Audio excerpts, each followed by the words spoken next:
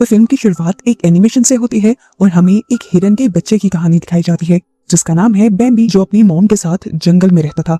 हंसी खुशी उनकी जिंदगी कट रही थी, पर एक दिन कुछ शिकारी उसकी मॉम का शिकार कर लेते हैं और इस तरह वो इस खतरनाक जंगल में अकेला रह जाता है। जंगल के खतरों से बचते हुए सालों की जिंदगी वो गुजार लेता है, जिसके बाद फाइनली बैम्बी को अपनी पार्टनर भी मिल जाती है। उसकी फैमिली अब दोबारा से कंप्लीट होने लगी थी। उसका अब एक बच्चा भी था। इसी वजह से बैम्बी अपने बचपन की ही तरह खुश रहने लगा था, पर शायद किस्मत को उसकी खुशी मंजूर ही नहीं थी। थोड़ी सी ही इन खुशियों के बाद उनकी जिंदगी में मुश्किलें आना शुरू हो गईं, क्योंकि अब इंसान जंगलों को काटने लगे थे और आए दिन इन्हें अपना घर बदलना पड़ता था। एक दिन जब बैम्बी की पूरी फैमिली जंगल के रास्ते से गुजरने वाली सड़क को क्रॉस कर रहे होते हैं तो एक तेजी से आता हुआ ट्रक उन्हें कुचल जाता है। बैम्बी को तो हल्की फुल्की ही चोट आई थी, पर बदकिस्मती से उसकी वाइफ उस ट्रक ड्राइवर की लापरवाही की वजह से दम तोड़ गई थी और उसके बच्चे तो इस हादसे से डर के वापिस पीछे वाले जंगल में जा छुपे थे। यहाँ उस ट्रक का ड्राइवर रुकता भी है, लेकिन मदद के लिए नहीं। वो इस टाइम नदी के किनारे जाता है और अपने पास मौजूद टॉक्सिक केमिकल्स के भरे ड्रम्स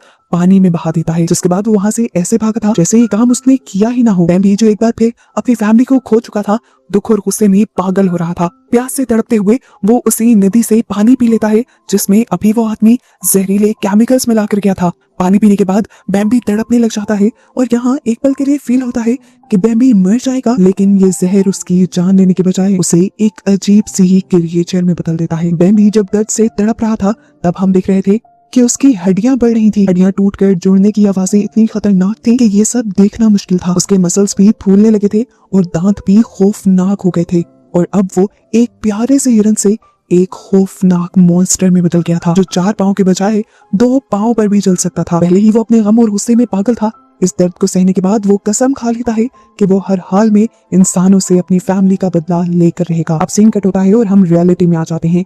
हमें दिखाई देते हैं जीना और उसका बेटा जो अपनी फैमिली के साथ थैंक्सगिविंग मनाने के लिए जा रहे थे, पर जीना बहुत ज्यादा परेशान थी क्योंकि हमेशा की तरह उसके हस्बैंड ने लास्ट मिनट पर अपना इरादा कैंसिल कर दिया था। अब जीना को अपने बेटे के साथ अकेले ही इतने लंबे सफर पर जाना था। इतनी लंबी ड्राइव वो खुद करने का रिस्क नहीं लेती और एक टैक्सी करवा लेती है ताकि वो जंगल में बनी उस कैबिन में पहुंच जाए जहाँ पर उसकी मदर इन लॉ यानी उसके बेटे बेंजे की ग्रैंड माँ रहती है। जंगल के टेढ़े मेढ़े रास्तों की वजह से बेंजे की तबीयत भी खराब रहती है और डैड के ना आने की वजह से उसका मूड भी ऑफ रहता है। तो जीना मजाक में उसे कहती है, अरे आपके डैड नहीं आए तो क्या हुआ, हमें कौन सा इस जंगल में कोई निकल जाएगा। ये सुनते ही ड्राइवर सीरियस हो जाता है और उन्हें वार्निंग देता है कि ये जंगल आम जंगल नहीं है, यहाँ पर अक्सर लोग गायब हो जाया करते हैं। बेंजी को दोबारा वॉमिट होने लगती है और वो एकदम से ड्राइवर को गाड़ी रोकने को कहता है। ड्राइवर ने ब्रेक पर पाँव रखा ही था कि अचानक हुआ धमाका। कोई बहुत ही भारी चीज उनकी टैक्सी से टकरा गई थी, इतनी भारी कि वो चीज गिरने के बजाय गाड़ी ही हवा में उछल जाती है और बैलेंस खराब होने की वजह से खाई में गिर जाती है। सब कुछ उलट पुलट हो जाता है। ज़ैना और बेंजी किसी तरह अपनी जान को बचाते हुए उस टूटी हुई गाड़ी से बाहर निकलने में कामयाब हो जाते हैं। इस टाइम वो जख्मी भी बहुत ज्यादा थे और डरे हुए भी थे, क्योंकि उन्होंने महसूस किया था कि अंधेरे में कोई ड्राइवर को खींच कर ले गया था। जो भी था वो इंसानों का शिकार कर सकता था, इसी वजह से ये और भी ज्यादा डर चुके थे। तभी इनकी डर को बढ़ाने के लिए जंगल के सन्नाटे में और भी ज्यादा डरावनी आवाज सुनाई देती है। एक गुर्राहट और भारी कदमों की आवाज से उनको एहसास होता है कि उनके करीब कोई शिकार कर रहा है। अपनी जान बचाने के लिए ये दोनों माँ बेटा जंगल में ही भागने लग जाते हैं और आखिर ग्रैंड माँ मेरी के कैबिन तक पहुंच जाते हैं। अंदर कैबिन में बाकी फैमिली उनका इंतजार कर रही थी। यहाँ पर साइमन के सारे भाई, उनकी वाइफ्स और बच्चे भी आए हुए थे और सभी का मूड खराब था क्योंकि साइमन यानी बेंजी के डैड नहीं आए थे। यहाँ आकर हमें पता चलता है कि बेंजी की ग्रैंड माँ को डायमेंशिया है। वो हमेशा अपनी चेयर पर बैठकर अजीब अजीब बातें करती रहती है और अजीब डरावने स्केचेस भी बनाती है। एकदम से अब इनका दरवाजा जोर जोर से नॉक होता है और जैसे ही ये लोग जाकर दरवाजा खोलते हैं तो दिखाया जाता है कि साइमन की फैमिली आई थी। इस टाइम ये दोनों बहुत ही ज्यादा डरे हुए थे और कांप रहे थे।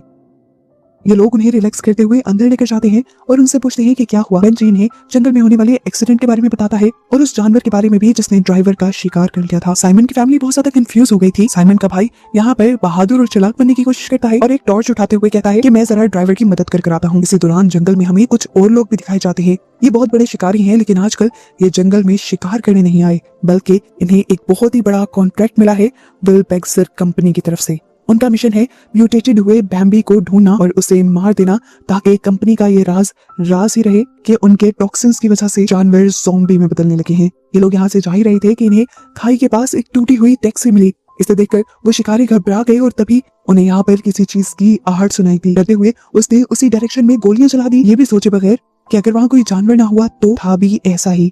यहाँ पर साइमन का भाई आया था जो यहाँ ड्राइवर की जान बचाने आया था, लेकिन अब अपनी ही जान गंवा बैठा था। लड़के को मरा हुआ देखकर बाकी शिकारी भी अपने साथी के ऊपर गुस्सा होने लग जाते हैं और फिर फैसला करते हैं कि वो इस बात को यहाँ से बाहर जाने ही नहीं देंगे और एक गड्ढा खोदकर इस लाश को यहीं पर छुपा जाते हैं। सीन कट होकर हमें दोबारा बेंजी की ग्रैंड माँ का कैबिन दिखाया जाता है, जहाँ पर सीना काफी ज्यादा डरी हुई थी और वो अब अपनी मदर इन लॉ की बनाई हुई ड्राइंग्स देखती है और नोटिस करती है कि सभी ड्राइंग्स में सिर्फ एक ही चीज बनाई गई है, एक काला बड़ा सा हिरन जिसके सींग बहुत ही खतरनाक लग रहे थे। अगर ग्रैंड माँ इस मॉन्स्टर की तस्वीरें बना रही थी तो साफ मतलब था कि उन्होंने ये मॉन्स्टर करीब से देखा है और ज़ेना समझ जाती है कि अब खतरा इनके बहुत करीब है। बेंजी अपनी ग्रैंड माँ के पास आता है और देखता है कि वो क्या बोल रही हैं। वो बार बार यही बड़बड़ा रही थी कि वो सामने पार्क में खेल रहा है। बेंजी उनकी बात को ना समझते हुए खिड़की से बाहर देखता है और जोर से चिल्ला देता है क्योंकि जंगल के किनारे दरख्तों के बीचों बीच वही खड़ा था वो ज़ॉम्बी बना हिरन बैम्बी, जो किसी इंसान की तरह दो पैरों पर खड़ा था।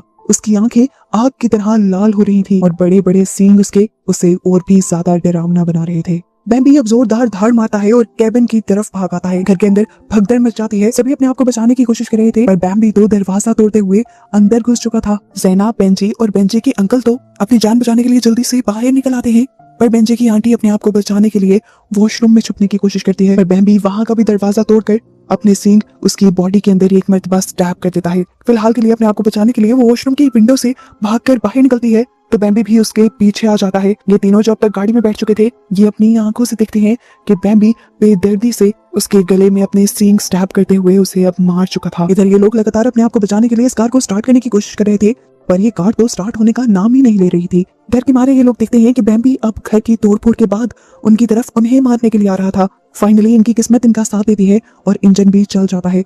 वैन को स्टार्ट करते हुए ये लोग उसे रोड की तरफ निकाल लेते हैं लेकिन बैम्बी भी बड़ी बड़ी छलांगे लगाते हुए अब इनके पीछे था। वो बार बार इनको रोड से नीचे गिराने की कोशिश करता रहा पर बेंजी के अंकल एक अच्छे ड्राइवर थे। काफी देर तक उन्होंने अपना बैलेंस बनाए रखा और स्पीड भी तेज रखी जिसकी वजह से ये लोग बचकर बैम्बी से आगे निकल गए।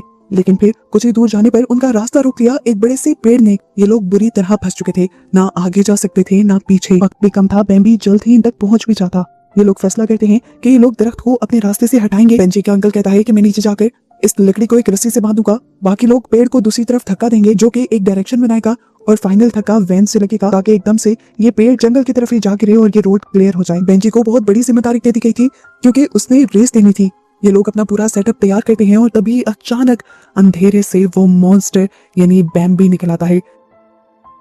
ये देखकर बेंजी इतना ज्यादा घबरा जाता है कि उसे पता ही नहीं चलता उसने एक्सेलरेटर पर पांव रख दिया था। इसके नतीजे में होता यह है कि उसके अंकल जिसने रस्सी को अपने पांव में पकड़ा हुआ था वो उसी रस्सी के साथ घिसटने लग जाते हैं और उनका मुंह शदीद जख्मी हो जाता है। उनका बेटा जो पीछे ही रह गया था वो भी इस मॉन्स्टर से बचने के लिए यहाँ से भागने की कोशिश करता है और जंगल में आ जाता है। वो बैम्बी का तो शिकार नहीं बनता लेकिन यहाँ गुस्से में वो एक छोटे से खरगोश पर गुस्सा और फ्रस्ट्रेशन निकाल देता है उसे पाँव मारते हुए। वो खरगोश भी अब अपने साथियों को ले आया अपना बदला लेने के लिए। देखने को मिला कि उसके नन्हे खरगोश साथी भी उस टॉक्सिक वेस्ट की वजह से खतरनाक ज़ॉम्बी में बदले हुए थे जो अब इस लड़के के ऊपर जंप करते हुए हमला करते हैं और गिराकर उसे खाने लग जाते हैं। सीन कट होकर दोबारा हमें वैन का सीन दिखाया जाता है। इन लोगों की वैन जहाँ पर रुकी थी वहीं पर अब शिकारियों का ट्रक भी आ जाता है। ज़ेना उन्हें देखते ही मदद के लिए रोक लेती है, इसलिए शिकारी इन सबको अपने ट्रक में बिठा लेते हैं। ये लोग जब अपने अड्डे पर पहुंचते हैं तो वहां जाते ही ज़ेना और बेंजी ये देखकर हैरान परेशान हो जाते हैं कि वहां पर साइमन भी था। वो इसी इलाके में होने के बावजूद अपनी फैमिली के साथ डिनर करने नहीं आया था। ऐसा भी क्या जरूरी काम था उसे इस जंगल में। साइमन अब कड़वा सच इन लोगों को ये बताता है कि वो विल बैक्सर कंपनी का एक बहुत बड़ा ऑफिसर है। उससे एक बहुत बड़ी गलती हो गई थी क्योंकि उसने ऑर्डर दे दिया था अपनी कंपनी के टॉक्सिक वेस्ट को जंगल में फेंकने का, क्योंकि उस वेस्ट को एनवायरमेंट फ्रेंडली बनाने के लिए उन्हें बहुत ज्यादा पैसा रिक्वायर्ड होता था। तो साइमन ने डिसाइड किया कि वो पैसा वो उस वेस्ट को साफ करने में नहीं लगाएगा बल्कि उसने वो पैसा खुद रख लिया और वेस्ट जंगल में गिरवा दिया। उसी टॉक्सिक वेस्ट का पानी पीने के बाद बैम्बी और जंगल के कई जानवर भयानक मॉन्स्टर में बदल गए। अगर ये बात कंपनी से बाहर चली जाती है, किसी को पता चल जाती तो कंपनी पर और उसके ऊपर एक बहुत बड़ा केस बन जाता और वो जेल चला जाता। अपने आप को बचाने के लिए ही उसने इन शिकारियों को हायर किया था और वही बैम्बी और सारे ज़ॉम्बी बने जानवरों को मारना चाहता था और इस जंगल को क्लियर करना चाहता था। ये सारी हकीकत सुनकर ज़ेना उसके ऊपर चिल्लाने लग जाती है और उसे बताती है कि सिर्फ तुम्हारी इस गलती की वजह से तुम्हारा अपना ही भाई और भतीजा मर गए हैं और अब मैं और तुम्हारा बेटा भी इसी अजाब से गुजर रहे हैं। साइमन कहता है मुझे परवाह नहीं, मैं तो कभी भी ये जिम्मेदारी लेना ही नहीं चाहता था। बेंजी बाहर खड़ा ये सब कुछ सुन रहा था और ये जानकर कि उसके डैड उससे बिल्कुल प्यार नहीं करते वो बहुत ज्यादा उदास हो जाता है और यहाँ से भाग जाता है। बेंजी कुछ ही दूर गया तो उसने देखा कि यहाँ पर एक पिंजरे को ढक कर रखा गया था। उसने कपड़ा हटाया तो देखकर हैरान हो गया कि यहाँ पर हिरन का बच्चा था। ये देखकर उसे समझ आ गया कि शिकारियों ने इस बच्चे को ट्रैप बनाया हुआ है ताकि उस मॉन्स्टर बैंबी को बुलाया जा सके। बेंजी को उस छोटे से बेचारे जानवर के अंदर अपना दर्द महसूस होता है। वो भी तो अपने डैड से दूर था, इसीलिए वो पिंजरा खोलकर उसे आजाद कर देता है। इधर बैंबी जो इस टाइम एक दूसरे इंसान को भी मारने वाला था, उसे जैसे ही अपने बच्चे की खुशबू आती है तो वो उस आदमी को छोड़कर अपने बच्चे को ढूंढने निकल जाता है। अपने बच्चे को ढूंढते ढूंढते वो अब इन शिकारियों के कैंप के अंदर घुस गया था, जहाँ जाते ही उसे पहले बेंजी की ग्रैंडमा दिख जाती है। और इससे पहले कि वो बेंजी की ग्रैंडमा को खा जाता, उसके डैड की को-वर्कर की यहाँ चीख निकल जाती है और बैंबी उसके ऊपर हमला कर देता है। कंट्रोल रूम में ये सब लोग अब बैंबी को मारने के लिए तैयार थे। तभी यहाँ पर जमीन हिलने लगती है और वो म्यूटेटेड युवा बाप बैंबी वहां पहुंच जाता है। शिकारी उसके ऊपर गोली चलाने की कोशिश करता है पर मॉन्स्टर उसे अपने सींगों पर उठाकर फेंक देता है।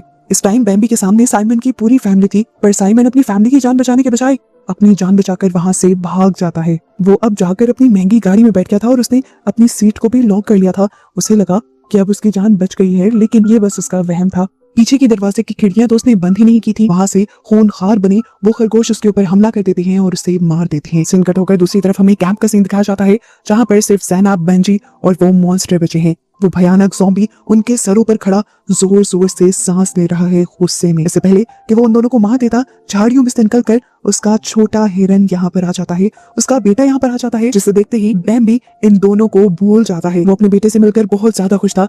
ये दोनों अब एक दूसरे से मिलने का जश्न मनाते हैं, लेकिन इसके बावजूद भी कहानी यहाँ खत्म नहीं होती। हमें दिखाया जाता है वो शिकारी जिसे इस मॉन्स्टर ने सिर्फ उठाकर फेंका था, वो अभी भी जिंदा था और अपनी आखिरी सांसों में वो अपनी बंदूक को उठाते हुए बैंबी को गोली मार देता है। और मरते मरते भी वो शिकारी हंसता है, इतनी घटिया हंसी कि जैसे उसने कोई बहुत बड़ी जंग जीत ली थी। इसी टाइम पर अंधेरों में से ग्रैंडमा निकलती है और गुस्से में आकर इस जालिम इंसान को मार देती है, उसके सीने में एक चाकू स्टैब करते हुए। आखिर वो भी अपने अंजाम को पहुंच जाता है, जिसके बाद ज़ैना मैरी को लेकर अपने पास आ जाती है। यहाँ पर ये तीनों मिलकर एक बहुत ही इमोशनल सीन देखते हैं कि कैसे एक बाप बेटा मिलकर भी बिछड़ गए थे। उस शिकारी की लगने वाली गोली की वजह से अब बैंबी मर गया था और वो छोटा हिरन अपने बाप को बार बार जगाने की कोशिश कर रहा था, लेकिन अब वो जागने वाला नहीं था। इस बच्चे ने भी अपने डैड वाली ही किस्मत पाई थी, वो भी अब बैंबी की तरह पूरी जिंदगी अकेले